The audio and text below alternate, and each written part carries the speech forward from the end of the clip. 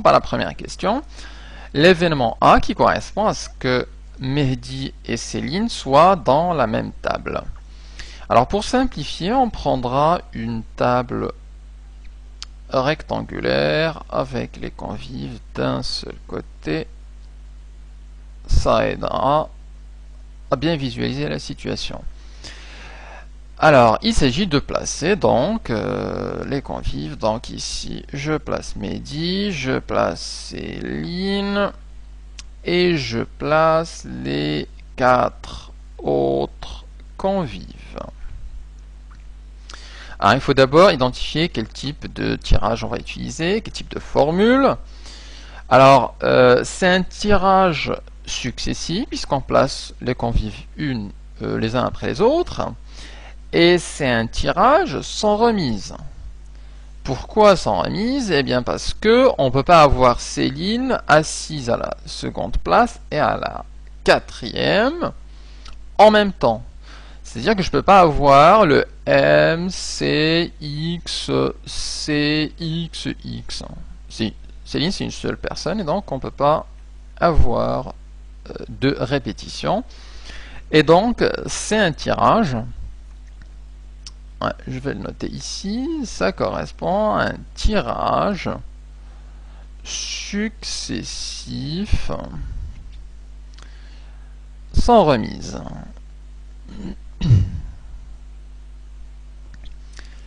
Et donc, on va utiliser la formule des APN, donc les arrangements. Alors, essayons de calculer cette probabilité.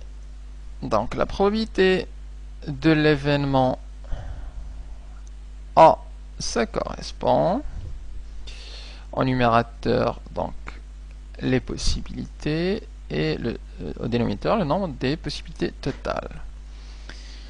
Alors, on va considérer cette forme simple, et je vais détailler ensuite ces variantes. Alors pour simplifier, je dispose des convives comme ça, donc Mehdi, Céline et puis les 4 autres. Alors, quel est le nombre de cas possibles dans ce cas?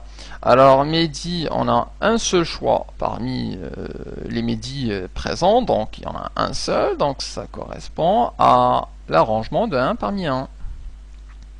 Céline, c'est une seule personne, donc on a un choix parmi un seul, et on a 4 autres convives qu'il faut choisir parmi les... On a dit qu'on avait 10, on a enlevé Céline et Mehdi, donc il faut les choisir parmi 8. Donc ça correspond à l'arrangement de 4 parmi 8. Par contre, ce qu'il faut bien voir ici, c'est que cette possibilité, en fait, cache d'autres possibilités. C'est-à-dire qu'à partir de là, on peut avoir soit Mehdi, Céline et les 4 autres à la suite, ou alors Mehdi et 2 convives, ensuite Céline, ensuite les 2 convives. Ou alors Mehdi d'un côté, et puis les 4 convives, et puis Céline de l'autre côté. Et ainsi de suite. Donc on a plusieurs possibilités qui correspondent en fait aux permutations de cette forme M, C, X et 4X. Donc il faut multiplier le numérateur par un coefficient qui va nous donner le nombre de permutations possibles de cette formule. Alors comment calculer ce nombre de permutations? Alors ici on a 3 choix, on a 6 cases, donc ça va donner le 6 factoriel au numérateur, et au dénominateur en fait on sépare les cases qui contiennent les mêmes éléments.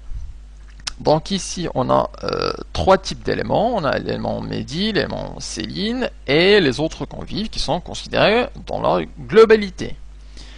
Alors ici on a 3 éléments, le premier élément est présent une seule fois, donc c'est 1 factoriel, le second élément Céline c'est présent une seule fois. Et le troisième élément est présent 4 fois. Donc ça va être un 4 factoriel. Et ce coefficient, on l'appelle parfois le coef de permutation. Ça va nous permettre en fait de calculer les différentes possibilités. J'en ai énombré ici 2, mais il y en a plus. Et je peux ici calculer combien il y a en totalité. Donc 6 factoriel, ça fait 6 fois 5 fois 4, 6 fois 5 fois 4 fois 3 fois 2 fois 1. C'est le 6 factoriel. Et au dénominateur, 1 factoriel c'est 1 factoriel c'est 1. Et le 4 factoriel c'est 4 fois 3 fois 2 fois 1. On voit des simplifications, donc le 2 avec le 2, 3 avec le 3, le 4 avec le 4, et il nous reste 6 fois 5. Ce qui veut dire que le nombre de permutations totales de cette formule, en fait, il y en a 30 possibilités. Donc, il faudra multiplier ce coefficient ici pour tenir compte des différentes possibilités ici de ces dispositions des convives. Donc le but en fait est de se simplifier les calculs. C'est pourquoi j'ai choisi une forme globale où j'ai dit je mets Mehdi d'abord, ensuite Céline, ensuite X et X et X. Ça me facilite le calcul avec les arrangements. Et je reviens à la fin et je multiplie par le coefficient de permutation qui va me calculer toutes les différentes combinaisons. J'aurais tout aussi pu mettre Mehdi x fois C et Céline et encore le multiplier par le coefficient. On aurait le même résultat. Ok, donc le dénominateur, ça correspond au nombre de possibilités totales, c'est-à-dire de choisir 6 parmi les 10 convives. Donc c'est l'arrangement de 6 parmi 10.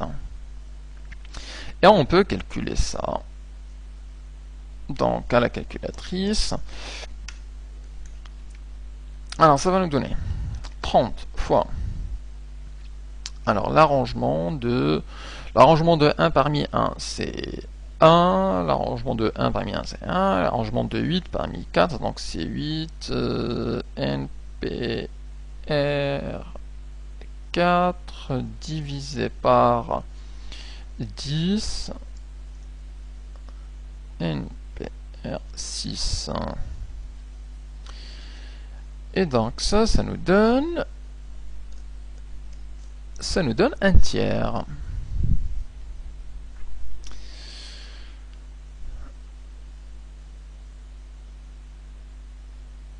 Qui est la probabilité que Mehdi et Céline soient dans la même table. On peut aussi calculer la seconde question, donc la seconde probabilité, c'est-à-dire la possibilité que les deux soient dans des tables différentes. Alors, pour qu'ils soient dans des tables différentes, alors je vais le calculer ici. P de B. D'abord, la combinaison possible, c'est que il y a l'un des deux présent. Alors, le premier serait soit Mehdi, soit Céline. Alors, je peux le noter comme ça. Mehdi, ensuite 5 convives qui ne sont forcément pas, ou Céline n'y est pas, ou alors c'est Céline et 5 convives et Mehdi n'y est pas. Alors, donc le but, ça va être de choisir d'abord le premier convive, donc soit parmi notre groupe, un autre groupe qui nous intéresse. On a deux groupes, Mehdi et Céline, et puis les autres convives. Donc on va choisir ici un convive, ça va correspondre à